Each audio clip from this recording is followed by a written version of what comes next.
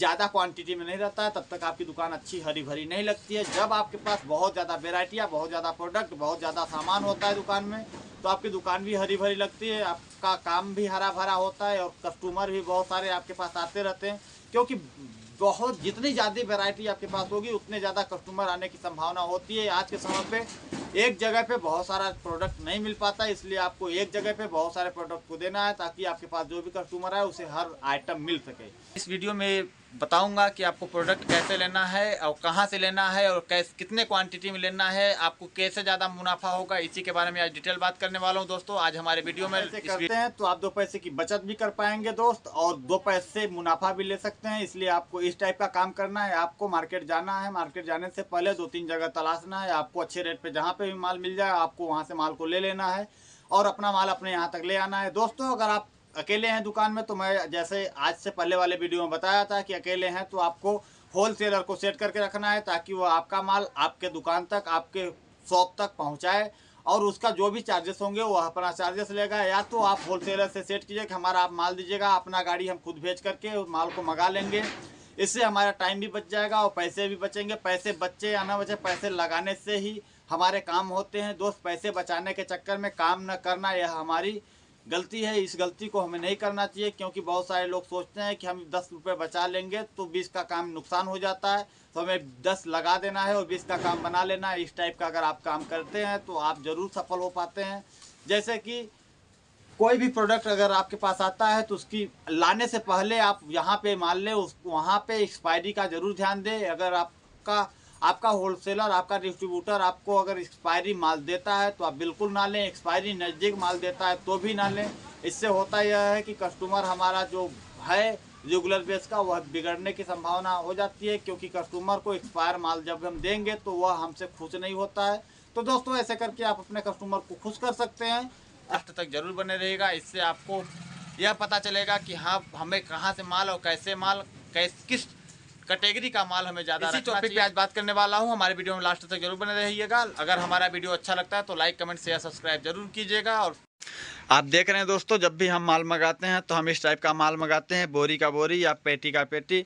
ऐसे आप भी माल मंगा करके अच्छा मुनाफा कमा सकते हैं। क्योंकि जब आप पेटी का दोस्तों जब भी आपको कोई भी सामान लेने जाना है बाजार में तो इससे पहले आपको यह देखना है कि बाजार का रेट क्या ऊपर नीचे तो नहीं है। आपको यह चीज़ जरूर देखना है कि एक ही होलसेलर से देख लेना है कि बाजार में क्या पूरे बाजार में यही रेट है या होलसेलर हमको कहीं ठग तो नहीं रहा है। तो आपको करना क्या है दोस्तों कि आपको जब भी प्रोडक्ट लेने जाना है तो आप प्रोडक्ट लेने जाने से पहले 1-2 दुकान पता कर लीजिए कि भाई यह रेट क्या रेट में आ रहा है माल। आपको अगर आदमी महंगा माल दे रहा है तो आप वहाँ से माल मत लीजिए। आपको वहाँ से माल लेना है जहाँ से आपको 2 पैसे की ज़्यादा बचत हो और ज़्यादा प्रॉफिट हो। दोस्तों जब भी आपको सामान खरीदना है तो इससे पहले परखना बहुत ज़रूरी है। आपको 2 से 3 जगह आपको देखना यह है कि हाँ।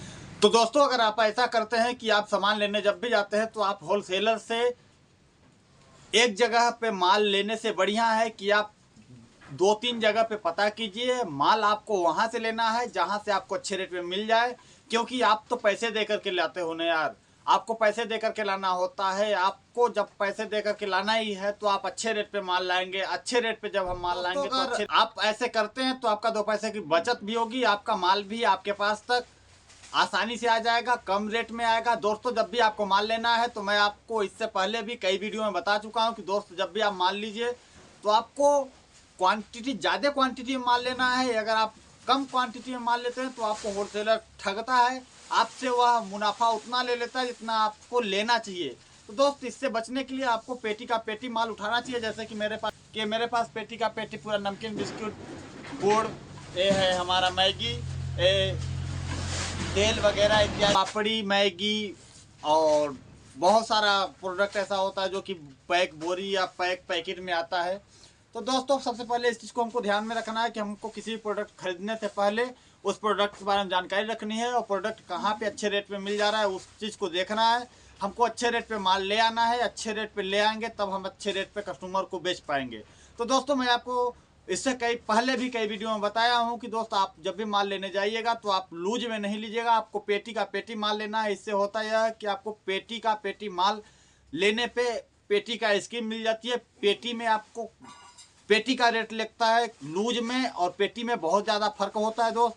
अगर आप पेटी में माल लेते हैं तो आपको पेटी भी फ्री मिल जाती है, प्लस पेटी के साथ आप कम रेट में माल पाते हैं और आपको ले जाने में बहुत आसानी होता है। तो दोस्तों आप ऐसे करके अच्छा खासा मुनाफा कमा सकते हैं। किराना की दुकान में अच्छी मुनाफा भी है और अच्छा काम भी है, क्योंकि ये ऐसा बिजनेस होता है कि 12 मास चलने वाला बिजनेस होता है। आप इस बिजनेस को करके अच्छा खासा कमाई कर सकते हैं दोस्तों। ऐसे करेंगे आप तो आप अपने दुकान को बहुत आगे तक ले जा पाएंगे। जैसे कि मेरे पास आप देख रहे हैं बहुत सारा आइटम है। जैसे कि आप ऐसे करते हैं तो आप 2 पैसे की बचत भी कर पाएंगे दोस्त, और 2 पैसे मुनाफा भी ले सकते हैं। इसलिए आपको इस टाइप का काम करना है। आपको मार्केट जाना है, मार्केट जाने से पहले 2-3 जगह तलाशना है। आपको अच्छे रेट पे जहाँ पे भी माल मिल जाए आपको वहाँ से माल को ले लेना है और अपना माल अपने यहाँ तक ले आना है। दोस्तों अगर आप अकेले हैं दुकान में तो मैं जैसे आज से पहले वाले वीडियो में बताया था कि अकेले हैं तो आपको होलसेलर को सेट करके रखना है, ताकि वो आपका माल आपके दुकान तक, आपके शॉप तक पहुंचाए और उसका जो भी चार्जेस होंगे वो अपना चार्जेस लेगा। या तो आप होलसेलर से सेट कीजिए कि हमारा आप माल दीजिएगा, अपना गाड़ी हम खुद भेज करके उस माल को मंगा लेंगे। इससे हमारा टाइम भी बच जाएगा और पैसे भी बचेंगे। पैसे बचे या ना बचे, पैसे लगाने से ही हमारे काम होते हैं दोस्त। पैसे बचाने के चक्कर में काम न करना यह हमारी गलती है। इस गलती को हमें नहीं करना चाहिए, क्योंकि बहुत सारे लोग सोचते हैं कि हम 10 रुपये बचा लेंगे तो 20 का काम नुकसान हो जाता है, तो हमें 10 लगा देना है और 20 का काम बना लेना है। इस टाइप का अगर आप काम करते हैं तो आप ज़रूर सफल हो पाते हैं। जैसे कि कोई भी प्रोडक्ट अगर आपके पास आता है तो उसकी लाने से पहले आप यहाँ पे मान लें वहाँ पे एक्सपायरी का ज़रूर ध्यान दें। अगर आपका होलसेलर, आपका डिस्ट्रीब्यूटर आपको अगर एक्सपायरी माल देता है तो आप बिल्कुल ना लें। एक्सपायरी नज़दीक माल देता है तो भी ना लें। इससे होता यह है कि कस्टमर हमारा जो है रेगुलर बेस का वह बिगड़ने की संभावना हो जाती है, क्योंकि कस्टमर को एक्सपायर माल जब हम देंगे तो वह हमसे खुश नहीं होता है। तो दोस्तों ऐसे करके आप अपने कस्टमर को खुश कर सकते हैं। अच्छा माल दे करके, अच्छा क्वांटिटी में माल ला करके, अच्छा रेंज में माल ले आइए। तो मैं आपसे यही बोलूँगा कि अगर आपके पास कम बजट है तो आप अपने बजट के हिसाब से माल ले आइएगा, लेकिन आपके पास कुछ ज़्यादा बजट है तो आपको हमेशा पेटी का पेटी माल ले आना है और कम से कम एक बार में 25-50 हज़ार का माल ले आना है, ताकि आपको दुकान में जब भी माल आए तो लगे कि हाँ यार कुछ माल आया है। रोज़ जाने से बढ़िया है कि अगर आपके पास पैसे हैं तो आप पैसे को लगाइए और माल को बढ़ा करके अपनी दुकान में रखिए। क्वांटिटी में नहीं रहता है तब तक आपकी दुकान अच्छी हरी भरी नहीं लगती है। जब आपके पास बहुत ज़्यादा वेराइटियाँ, बहुत ज़्यादा प्रोडक्ट, बहुत ज़्यादा सामान होता है दुकान में तो आपकी दुकान भी हरी भरी लगती है, आपका काम भी हरा भरा होता है और कस्टमर भी बहुत सारे आपके पास आते रहते हैं। क्योंकि बहुत जितनी ज़्यादा वैरायटी आपके पास होगी उतने ज़्यादा कस्टमर आने की संभावना होती है। आज के समय पे एक जगह पे बहुत सारा प्रोडक्ट नहीं मिल पाता, इसलिए आपको एक जगह पे बहुत सारे प्रोडक्ट को देना है, ताकि आपके पास जो भी कस्टमर आए उसे हर आइटम मिल सके। मुनाफा होगा और उससे आप अच्छा कमाई कर सकते हैं। आपके पास वैरायटी आल होनी चाहिए, जैसे कि इंसान की जो भी बेसिक आइटम ज़रूरत है, जो कि रोज़ वह यूज करता है, उस प्रकार का आइटम हमें अपने दुकान या अपने शॉप में रख लेना है, ताकि वह जब भी आए उसके मुताबिक हम सामान दे पाएँ। अपने हिसाब से कुछ काम नहीं करना है, कस्टमर के हिसाब से पूरा काम करना है। कस्टमर खुश तो हम खुश।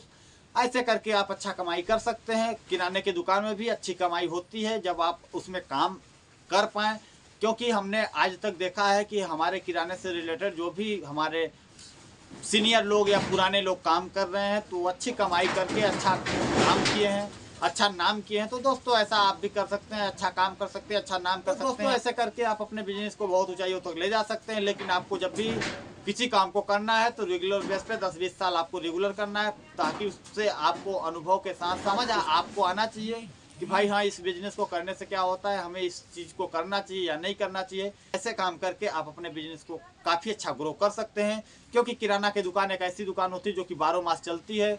हर एक समय आपके पास कोई ना कोई कस्टमर आता रहता है। ऐसा नहीं होता है कि यार इस दुकान में आज के दिन पे बोहनी नहीं हुआ, ऐसा नहीं होता है दोस्तों। आपकी नीयत और नीति ठीक है तो आप इस बिजनेस धड़ल्ले से सफल हो सकते हैं, क्योंकि यह एक बिजनेस ऐसा होता है 12 मास तक चलता है, सुबह से लेकर के शाम तक चलता है। तो आपको सिर्फ इस पर फोकस करके काम करना है, और जहाँ से भी आप माल लेते हैं और जहाँ से आप माल लेना चाहते हैं वहाँ के लोगों से आपको संबंध अच्छा रखना पड़ेगा, ताकि वहाँ से आप जाएं या ना जाएं आपका माल आपके घर तक वह तरीके से पहुँचवा सकें या पार्सल करवा सकें। तो दोस्तों ऐसे करेंगे तो आपकी टाइम भी बच जाएगी, आपका माल भी आपके यहाँ तक आ जाएगा। इससे बढ़िया कुछ नहीं होता है। तो दोस्तों आज इसी टॉपिक पे हम बात करने वाले थे कि जब भी आपको माल लेना है तो ज़्यादा क्वांटिटी में माल लेना है, ना कि कम क्वांटिटी में। जब ज़्यादा क्वांटिटी में आप माल लेंगे तो आपको ज़्यादा मुनाफा होता है, लेकिन जब कम क्वांटिटी में आप माल लेते हैं तो आपको कम मुनाफा होता है। तो इसलिए दोस्तों आपको हमेशा इस चीज़ का ध्यान रखना है कि डेट देख करके पेटी उठानी है, और लूज उठाए या पेटी, आपको डेट पर बहुत ध्यान देना है, क्योंकि बैक डेट का माल हमारा होलसेलर या डिस्ट्रीब्यूटर देने का कोशिश करता है, क्योंकि उसको माल अपना सेल करना होता है। लेकिन हमें ध्यान से देख करके इस काम को करना चाहिए।